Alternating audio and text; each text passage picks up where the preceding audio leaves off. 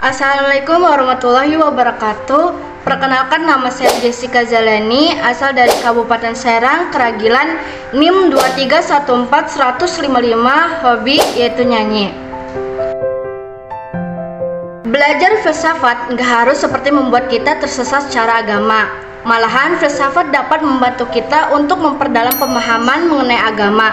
Seperti dalam filsafat, kita pasti mengajukan pertanyaan-pertanyaan kritis dan mendalami lagi mengenai keberadaan dan tentang hakikat Tuhan, kehidupan, dan moralitas.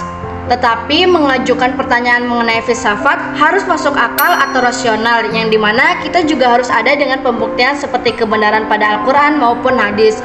Sehingga penting untuk kita dalam mempelajari filsafat dengan bijak serta kritis.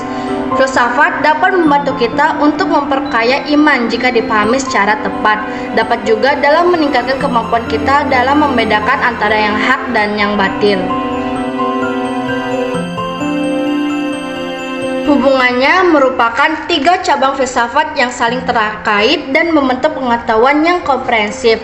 Seperti ontologi sendiri, yaitu mempelajari hakikat wujud atau realitas, yang mencakup pertanyaan tentang yang ada, bagaimana sifatnya, dan bagaimana hubungan entitas tersebut. Ontologi membantu memahami struktur dasar realitas, contohnya konsep wahdat al-wujud atau kesatuan wujud dari Ibn Arabi, yang menyatakan bahwa semua yang ada adalah manifesti dari Tuhan Yang Maha Esa. Sedangkan epistemologi mempelajari cara memperoleh pengetahuan, mencakup pertanyaan tentang bagaimana kita mengetahui sesuatu, apa yang dapat diketahui, dan bagaimana membedakan pengetahuan dari opini. Epistemologi membantu memahami proses pembentukan pengetahuan, contohnya dari teori pengetahuan empiris John Locke yang menyatakan bahwa pengetahuan diperoleh melalui pengalaman inderawi dan observasi.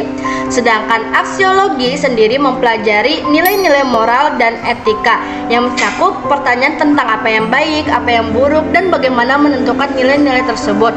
Aksiologi membantu memahami prinsip-prinsip moral dan etika, contohnya konsep ma'ruf dan mungkar dalam Islam, yang menyatakan bahwa setiap tindakan harus dinilai berdasarkan kriteria moral dan etika, sehingga ketiganya membentuk kerangka berpikir yang utuh untuk memahami realitas. Nah, jika digabungkan, pemahaman ini dapat berupa seperti contohnya dalam memahami isu lingkungan hidup.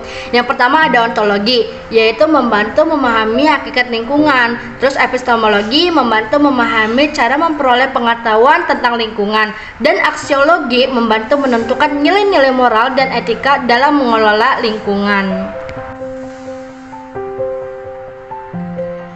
Filsafat Islam memiliki sejarah yang kaya dan panjang. Nah, pada abad ke-8 Masehi, filsafat Yunani dan Persia diperkenalkan ke dunia Islam melalui terjemahan-terjemahan karya-karya Aristoteles dan Plato. Tokoh-tokoh seperti Al-Kindi, Al-Farabi, dan Ibnu Sina atau Avicenna yang memainkan peran penting dalam mengembangkan filsafat Islam. Mereka menggabungkan pemikiran Yunani dengan ajaran Islam, menciptakan sintesis yang unik. Terus pada abad ke-13 Masehi, Ibn Rus atau Averroes yang memperkenalkan pemikiran Aristoteles ke Eropa melalui komentarnya tentang karya-karya Aristoteles. Ini mempengaruhi perkembangan filsafat Barat. Terus ada abad ke-13 Masehi, Ibn Arabi dan Ibn Khaldun memperkaya filsafat Islam dengan konsep-konsep seperti wahdat al-wujud atau kesatuan wujud dan ilmu sosial. Filsafat Islam terus berkembang hingga hari ini dengan tokoh-tokoh seperti Muhammad Iqbal dan Syed Hussein Nasr yang memperkenalkan pemikiran Islam modern.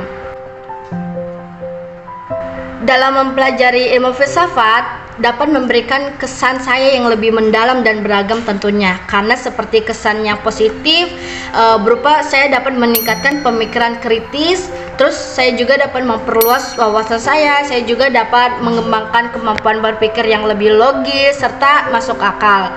Terus meningkatkan kesadaran saya akan keberagaman pemikiran dan kebudayaan. Terus juga saya mulai tertarik akan isu-isu sosial dan politik. Saya juga terus mengembangkan kemampuan berkomunikasi dan memperdalam pemahaman saya tentang diri saya sendiri, tujuan hidup saya juga akan dibawa kemana nantinya. Baik, itu saja. Wassalamualaikum warahmatullahi wabarakatuh.